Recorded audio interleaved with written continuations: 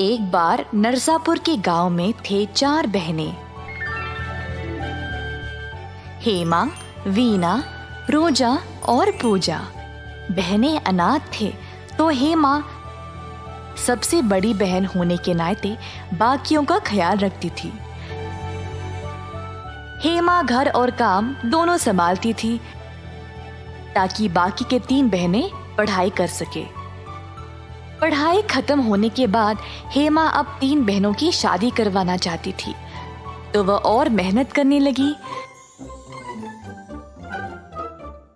वीणा कोई काम नहीं करती थी, बस दिन भर पड़ोसियों के साथ गप्पे मारती थी। दूसरी बहन रोजा दिन भर अपने सजावट में ही बिताती थी। अपनी सुंदरता पर उसको बहुत घमंड था।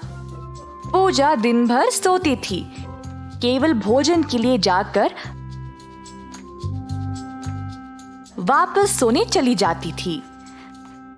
गांव के लोग देखने लगे कि कैसे सिर्फ हेमा मेहनत करती गई और बाकी के बहनें इतने लापरवाह थे।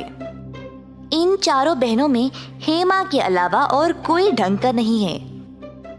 हाँ, इनकी बहन इनके लिए इतना करती है और इन तीनों को देखो, उसकी मदद करने की अकल भी नहीं है। हेमा को खुद बोलना पड़ेगा इनको कुछ करने के लिए। सिर्फ वही अकेली काम करती है उन तीनों को खुश रखने के लिए। हेमा के चाचा संतोष ये सब सुनकर हेमा के पास गया, ये बोलने के लिए कि गांव वाले ठीक बोल रहे थे। हेमा को भी अब यही लगा, पर चाचा जी, मैं इस समस्या को हल कैसे करूं? संतोष जी ने फिर हेमा को एक तरकीब सुनाई।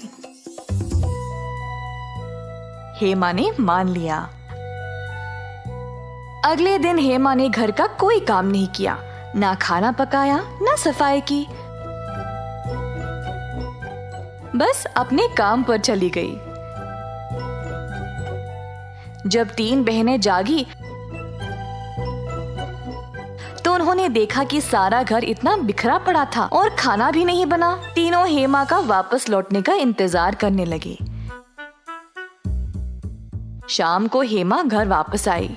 हाय, थक गई, ऐसा कहकर हेमा अपने कमरे में सोने चली गई। बहनों के पास और कोई रास्ता नहीं था और खुद पकाना शुरू किए। रसोई में उनको बड़ी दिक्कत हुई क्योंकि उनको कोई काम आता ही नहीं था।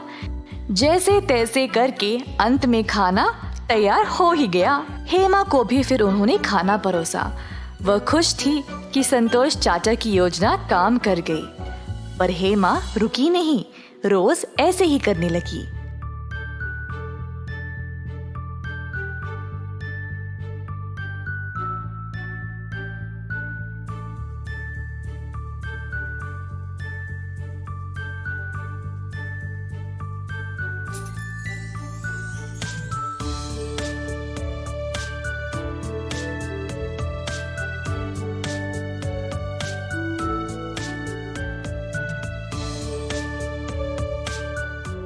चाचा जी, तीनों में बहुत बदलाव आ गया है। घर संभालते हुए उनको देखकर मैं बहुत खुश हूँ।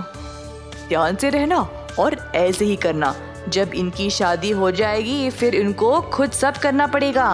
तीनों पढ़े लिखे भी है, इनको तो नौकरी भी करनी चाहिए। संतोष ने हेमा को एक और काम करने को कहा। हेमा घर गई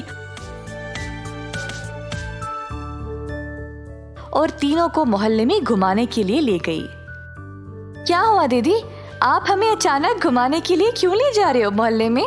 बस ऐसे ही, चलो। बाहर निकलते ही सब लोग बातें करने लगे।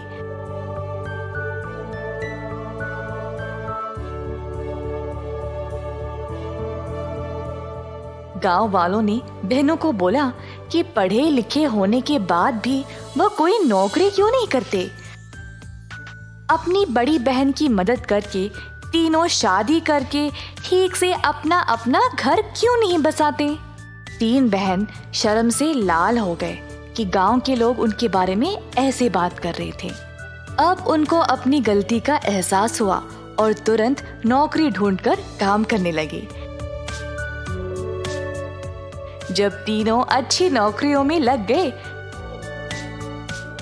तब संतोष चाचा ने हेमा के लिए एक अच्छा लड़का देखकर उसकी शादी कर दी।